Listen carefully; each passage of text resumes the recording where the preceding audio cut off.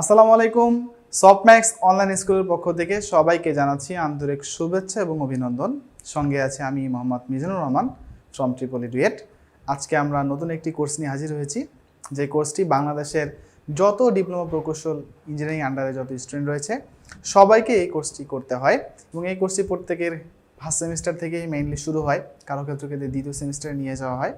তো এই কোর্সটা আমি তোমাদের জন্য নিয়ে এসেছি একদম নতুন আঙ্গিকে, যেখানে আমাদের ম্যাক্সিমাম ক্লাসগুলো আমরা দেখানোর চেষ্টা করব একটু অ্যানিমেশন আকারে, যেখানে আমাদের ভিজুয়ালাইজেশন থাকবে, যেখানে একটা সার্কিটে একটা লটাকে কীভাবে ড্রাইভ করা হলো, সেই লটাকে প্র্যাকটিক্যালি চিন্তা করলে কেমন হতো, এই বিষয়গুলো আমি তোমাদের ওভারঅলি বেসিক আইডিয়া দিয়ে শেখানোর চেষ্টা করব।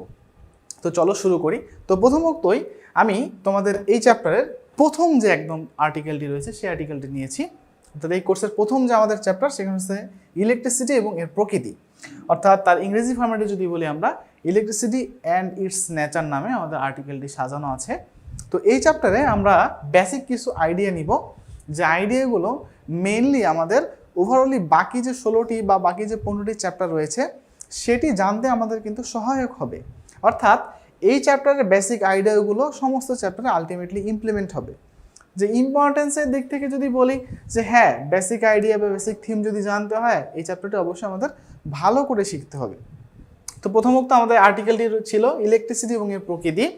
আমি আসলে ইলেকট্রিসিটি এবং প্রকৃতি বলতে আমি এখানে কি বোঝাচ্ছি, যে তুমি বেসিক আইডিয়া দিয়ে একটু চিন্তা করো যে এখানে আমাদের একটি ব্যাটারি রয়েছে, সেই ব্যাটারি ইনিশিয়াল স্টেটে সার্কিটটি কিন্তু ওপেন করা আছে, একটা সুইচ খোলা ছিল। আমি আবার যদি একটু ভিজুয়ালাইজেশনটা নিয়ে আসি, দেখো একটা সার্কিট এখানে খোলা আছে, ইলেকট্রনগুলো এইখানে জমা করা আছে। যখনই এটাকে লাগিয়ে দেওয়া হলো তারা এই রাস্তা বেয়ে বাইরের দিকে ছোটাছুটি করা শুরু করলো। অর্থাৎ যখন খোলা থাকবে ইলেকট্রন এরকম জমা থাকবে, যখন এটাকে শর্ট করে দেওয়া হবে তখন আলটিমেটলি অ্যামিটারটাকে কারেন্টটা ফলো করা শুরু করবে। তো এখানে একটা প্রপার্টি, ইলেকট্রিসিটির প্রপার্টিটা কি, হ্যাঁ, যতক্ষণ একটা সার্কিট ওপেন থাকবে ততক্ষণ পর্যন্ত সার্কিটে কোনো কারেন্ট প্রবাহিত হবে না। যখন সার্কিটটা আলটিমেটলি ক্লোজ হয়ে যাবে বা সার্কিটের সাথে ব্যাটারির বা একটা সোর্সের ইন্টারনাল কানেকশন থাকবে, তখন ওই সার্কিট থেকে আমরা ইজিলি কারেন্ট প্রবাহিত করতে পারবো।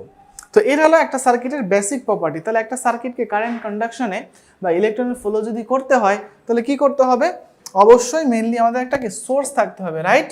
অর্থাৎ সোর্স যদি আমাদের কাছে না থাকে, সোর্স মিনস হলো যেটা দিয়ে আমি কি করবো ইলেকট্রনের ফ্লোটা করাবো, বা যার একটা প্রেশার থাকবে, যে প্রেশারটা আলটিমেটলি সার্কিটে কি ইলেকট্রনটা ফ্লো করাবে। তো আমার এই ফ্লো করানোর জন্য আমি একটা পেন্সিল ব্যাটারি বা ড্রাই সেল নিয়েছি।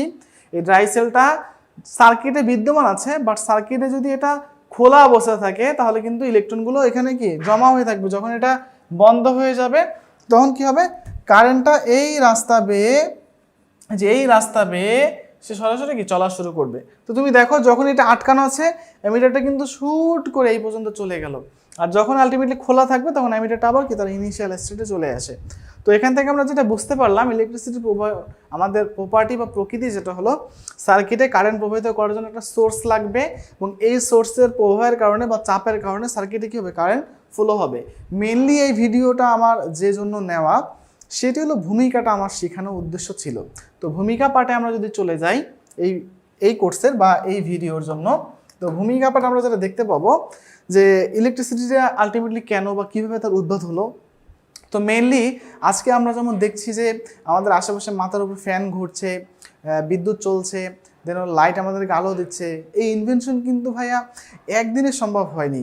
ইনভেনশন হলো হাজার হাজার বছরের আমাদের গবেষণা কার্যকলাপ, সমস্ত কিছু আলটিমেটলি আমাদের একটা সামেশন পর্যায়ে এসেই কিন্তু তার ইমপ্লিমেন্টই হয়েছে। তো এই ইনভেনশনগুলোই আমি ইনিশিয়াল স্টেজ থেকে তোমাদের একটু দেখানোর চেষ্টা করব। ফার্স্ট অফ অল আমি যদি তোমাদের বলি জিনিসটা, যে একদম ইনিশিয়াল পর্যায়ে আমাদের ইলেকট্রিসিটি এখন আমরা যত সহজে পাচ্ছি এটা কিন্তু এরকম এত সহজে আসেনি ভাইয়া।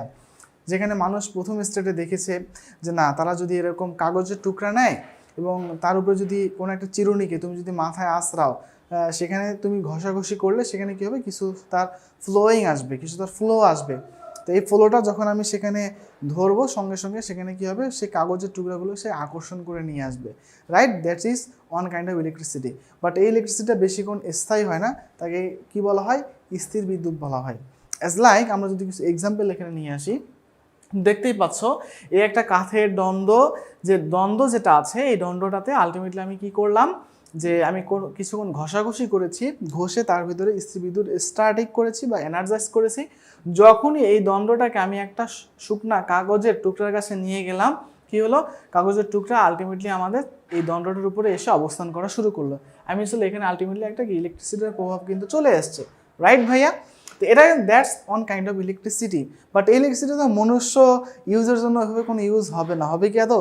এখানে খুব সামথিং পরিমাণ এনার্জি স্টোর হয়, যেটা দিয়ে আমি খুব পরিমাণ একটা বড় কাজ করতে পারি না। তো এই হলো ইলেকট্রিসিটির একটা বেসিক এক্সাম্পল। সেকেন্ডলি আমি যদি আরও একটা এক্সাম্পল নিয়ে আসি, তোমরা দেখতে পাচ্ছ এখানে একটা বেলুন নেওয়া হচ্ছে, যে বেলুনকে কিছুক্ষণ ঘষা হলো।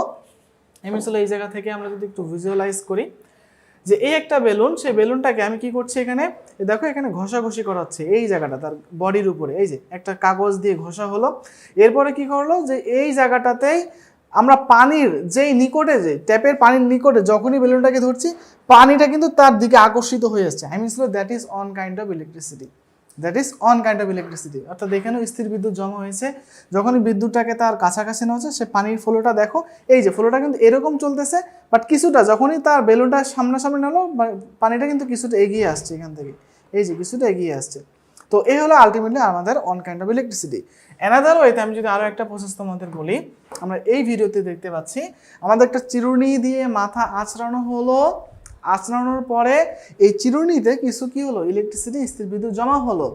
দেন আমরা যখন চিরুনিটাকে কাগজের টুকরার কাছে নিলাম, দেখো এই কাগজের টুকরা কিন্তু অটোমেটিকলি চিরুনির উপরে চলে এসছে বা আসার একটা প্রবণতা দেখাচ্ছে। তো এটা আলটিমেটলি কিন্তু এক প্রকার ইলেকট্রিসিটি। তো এই ইলেকট্রিসিটির যে বিষয়টা আমরা যে দৈনন্দিন জীবনে দেখি, সেলুলার কাগজ থেকে আসে, হ্যাঁ, সেলুলার কাগজটাকে আলটিমেটলি যখন আমরা চিরুনিকে মাথায় ঘষি বা আঁচড়াই, তখন সেখানে কিছু ঘর্ষণের ফলে কিছু বিদ্যুৎ জমা হয়।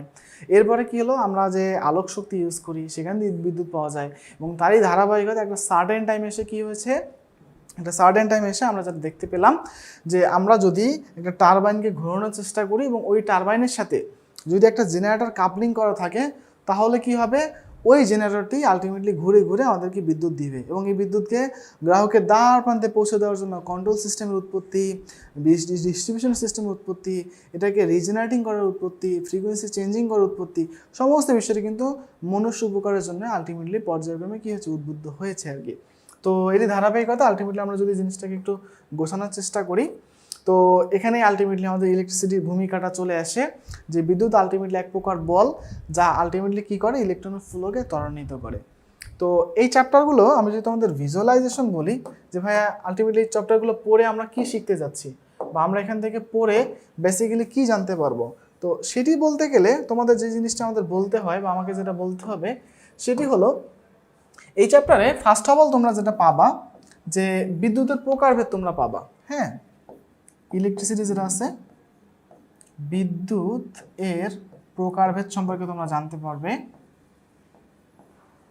প্রকারভেদ এই বিষয়টি কি। সেকেন্ডলি যদি আমি বলি, সেকেন্ডলি কি জানতে পারবো, সেকেন্ডলি হলো এই প্রকারভেদের আন্ডারে দুটি পার্ট সেপারেশন হয়েছে, সেই সেপারেশন বিষয় আদি তোমরা জেনে যাবে। এবার হলো ইলেকট্রন বিন্যাস, ইলেকট্রন বিন্যাস, অর্থাৎ ইলেকট্রনে কোনো একটা ম্যাটেরিয়াল, অ্যাজ লাইক আমি আমার হাতে একটা পেন রয়েছে সফটম্যাক্স স্কুলের পক্ষ থেকে, আমার ডিজিটাল বোর্ডে একটা পেন আমাকে দেওয়া হয়েছে ড্র করার জন্য। তো এই পেনের যে ম্যাটেরিয়ালটা আমি দেখতে পাচ্ছি, এই ম্যাটেরিয়ালে কিন্তু অণু রয়েছে, পরমাণু রয়েছে, আবার সে পরমাণুকে যদি আমি আইসোলেট করি, ভাঙি, দেন আমি কী পাবো, ইলেকট্রন, প্রোটন, নিউট্রন পাবো। তো এই জিনিসগুলোকে আমি যদি ভিজুয়ালাইজেশন করতে যাই, তো দেখা যাবে এর এই যে এক একটা লেয়ার, এই এক একটা লেয়ারে ইলেকট্রনগুলো এমনভাবে সন্নিবেশিত করে আছে, এমনভাবে সন্নিবেশিত তার অবস্থানে আছে, যেটা কিনা ইলেকট্রনের পরিমাণটা কীরকম আছে, তার ম্যাটেরিয়াল প্রোটনের পরিমাণটা কেমন আছে, নিউক্লিয়াসে কোন জায়গায় অবস্থান করছে, এই বিষয়টি কিন্তু জানা যায়।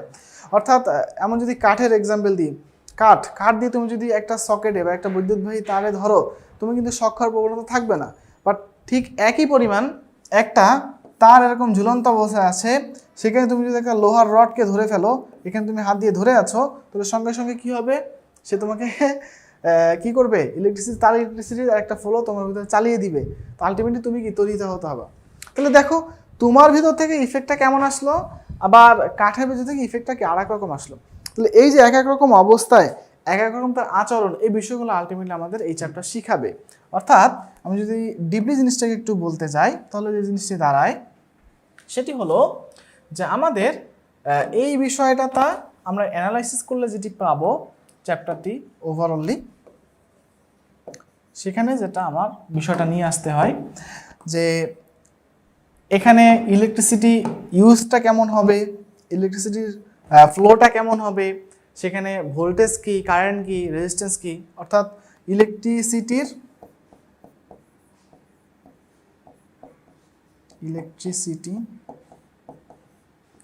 এর আনুষঙ্গিক বিষয়াবলী, আনুষঙ্গিক বিষয়াবলী।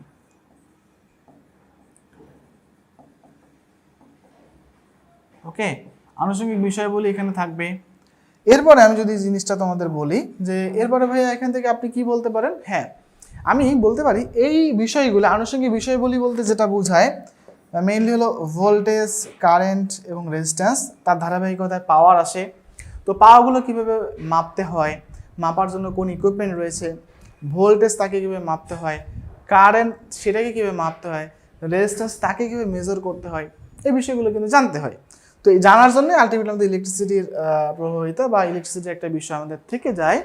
তো আমি এই জিনিসগুলো মেজারিং যে করব, অর্থাৎ তার সংজ্ঞাটা জানবো, তার এককটা কি সেটাও জানবো, এবং এগুলো মাপতে গিয়ে আমার কোন কোন ইকুইপমেন্ট লাগবে বা কোন কোন ইকুইপমেন্ট হলে আমি এগুলোকে মেজার করতে পারি সেটি আমার জানা প্রয়োজন বা আমি জানতে পারি।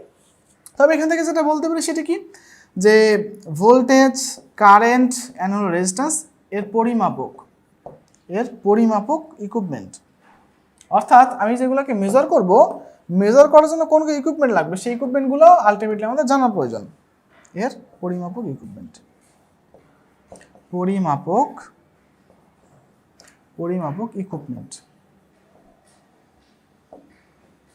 ইকুইপমেন্ট। ওকে, তার মানে আমার এই জিনিসগুলো মাপার জন্য যে ইকুইপমেন্ট দরকার সেটি আমার ভালো করে জানতে হবে। তো আমি যেটা বলছিলাম যে এই 4টা আর্টিকেলের সাথে তোমার কিন্তু আরও সম্যকভাবে আরও অনেকগুলো আর্টিকেল কিন্তু চলে আসবে। যেমন এই জিনিসগুলো ক্ষুদ্র ক্ষুদ্রভাবে যদি বলি যে চলে আসবে মুক্ত ইলেকট্রন কি, বদ্ধ ইলেকট্রন কি সেটি আসবে, তবে ইলেকট্রনের বিন্যাস আসবে, তারপর হলো ভাইয়া কারেন্ট ভোল্টেজ মাপবো, মাপার জন্য সার্কিটের স্ট্রাকচারটা কেমন হবে, কে কোন কানেকশনে থাকবে, এই বিষয়গুলো আলটিমেটলি আমাদের জানতে হবে আর কি। তো সম্যক বিষয়গুলো আলটিমেটলি আমি যদি তোমাদের বলি যে ওভারঅলি চ্যাপ্টারটা আমি তোমাদেরকে একদম বেসিক আইডিয়া থেকে শুরু করে ওভারঅলি জানার চেষ্টা করব। তো আমার যদি ইনস্ট্রাকশনগুলো তোমরা প্রথম থেকে শেষ পর্যন্ত ফলো করো, আমি আশা করছি তোমাদের প্রত্যেকের জন্য A+ নিশ্চিত। তো এই ভিডিও এখানে শেষ করছি এবং ভূমিকা পার্টটা এখানেই শেষ হলো, এবং এই ভিডিওটার মাধ্যমে আমরা যেটা জানতে পারলাম আমাদের বেসিক আইডিয়াগুলো এরকম গ্যাদার হলো। নেক্সট ভিডিওতে আমরা কিছু কোশ্চেন নিয়ে হাজির হব। ধন্যবাদ সবাইকে।